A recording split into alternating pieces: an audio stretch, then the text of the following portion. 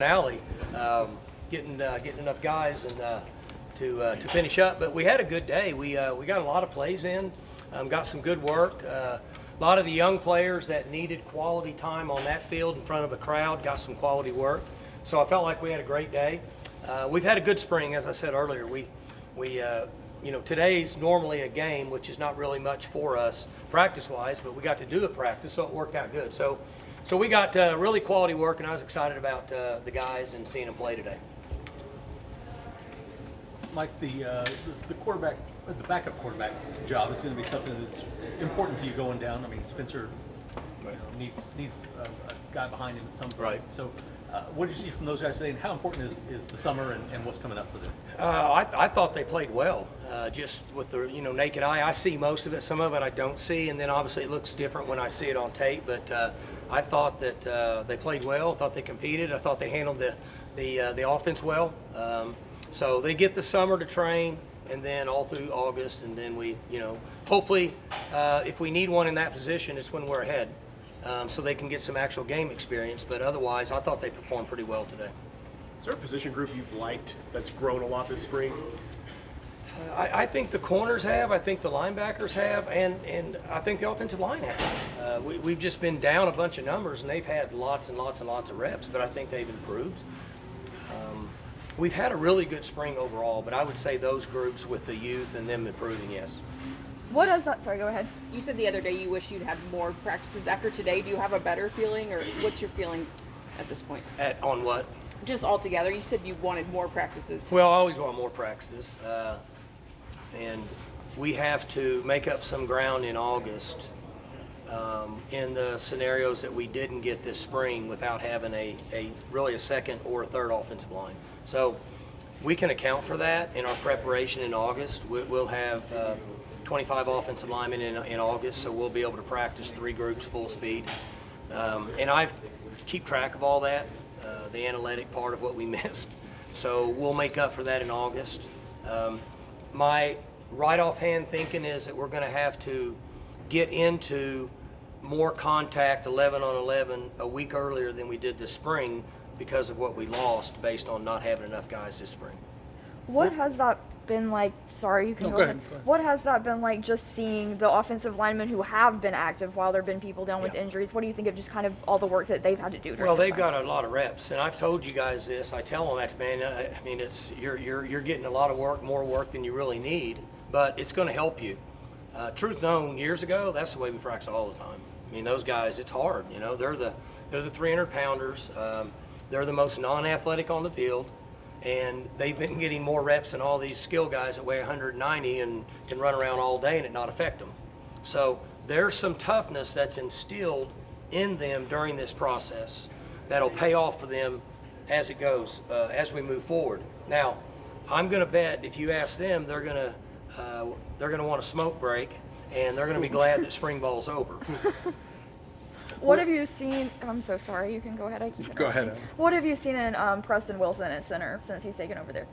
Well, he's doing good, but he was a non-contact guy for us. We could have put him in contact. It wasn't really necessary. He's been here long enough. We kind of know what he'll do in that situation, so we held him out. But he'll get a full run starting in June. He'll get up and running, and then when we go to August and get contact, he'll be up and running. Okay. Tyler made some nice catches today, and then we saw him on the scooter. What did you see from him, and is there any update on Talon's status? I thought he made some good plays. Again, I'm obviously not watching the tape, and I can't see everything at once with the naked eye, but I know when the ball was thrown to him, most of the time it looked like he made his plays, and he's learning. Again, he's young. He's a high school player for the most part, and he's out here and competing, so he's making strides. But as those guys do this, the one thing that you get concerned with is if they get beat up. Their bodies are much different at 20 than they are 18. And so, I'm guessing he'll be fine, but either way, I thought he made some plays. Kind of same situation with Ollie. The fan base is really excited about him. Yeah, Ollie had a little, what we call just a mild little shoulder. If his a game, we'd have put him back in. But we're not going to do that in the spring, and he's had a good spring. He's showing signs of progressing, but he's a long ways off. He's just a high school kid. And then CJ Tate probably raised a couple of eyebrows today. Have you been seeing that from him a lot? He's made some plays, yeah, and he's been around here a couple years and gets it and's had reps, and he's a good example of the quality reps that we were able to give the threes or the young kids the last 2 years all the way through. I mean, like you guys were at our bowl practice and you saw them, they're getting a lot of reps. And his reps have come from that time, and you're seeing him now today when he got in with the twosome, he was able to make some plays. And last year, with the way the receiving room kind of shaped out, how important is it going to be this year to have all that depth? Well, it's always every position, and you know you're referring back to this year when we had 0 depth at wideout, and it's important. Those guys are skill guys. We play fast. We would love to play 8 a game and rotate them in and keep them all fresh. We'll see if some of these young guys are ready to play when we get to the first game, but we certainly should have more depth than we had last year at that position. Are any of those offensive line injuries going to carry over to the fall, or do you expect pretty much all those guys to be back by June or whatever? I think they will be back by August. Do I know for sure? No. Do I feel like that they will be back by August? Yes. So if they've got an injury that they need to repair or something, we won't put them out there in the summer.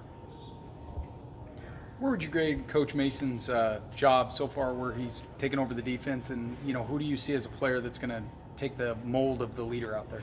Well, he's doing a good job.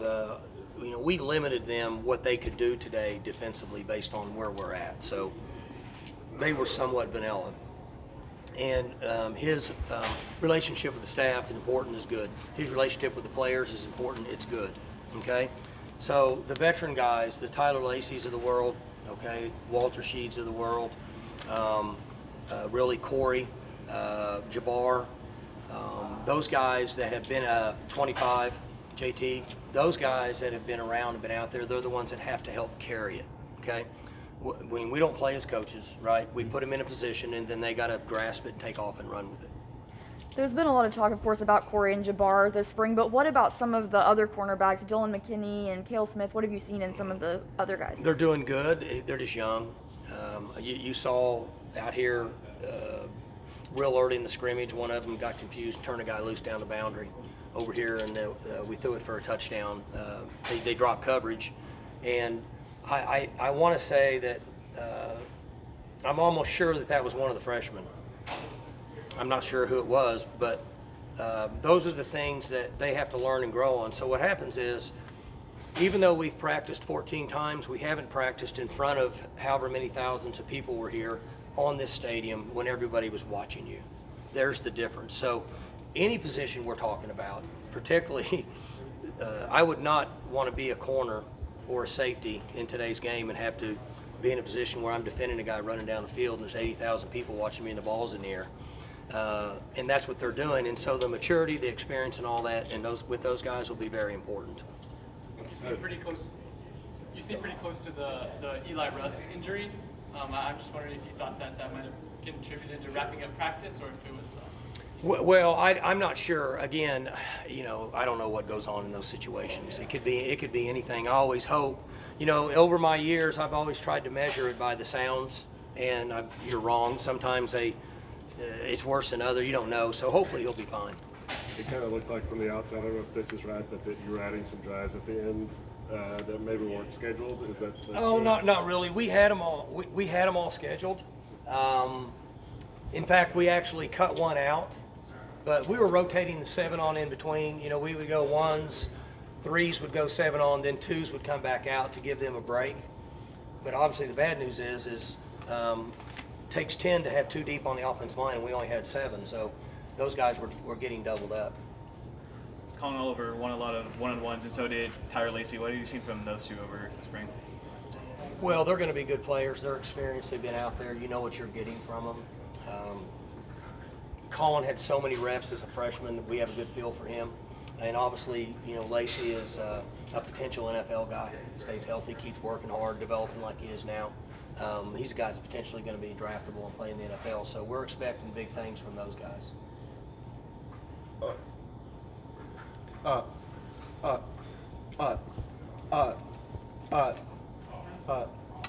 Coach, how have you seen Caleb Etienne? How have you seen his development accelerate because of the injuries? I'll give you a good example. He's at this time, well, even after the season at bowl practice, when we were giving him a lot of reps, he was a ways away. He's now just a short ways away. See what I'm saying? I see. He's coming along, and he's developing some toughness because he knows which way to go. So if you don't know which way to go, it's hard to be tough at his position. And he didn't play football for about 2 years because of COVID, and then he came out of New Orleans, went to junior college. They didn't really do much. Then he came in here, and it got thrown on him, and it was hard. Then we started the season. He couldn't play catch up. And so he's one of those guys, like we mentioned a second ago, that got a lot of reps when we let the young guys go out all the season. And then in bowl practice, he got 12 times of about 10 to 12 plays. So 120-ish or so, I'm not good at math, but somewhere in there he got live reps. So now he's better because of that. So I'm excited about watching him grow and become more physical, knowing now the direction to go. Sure, I see.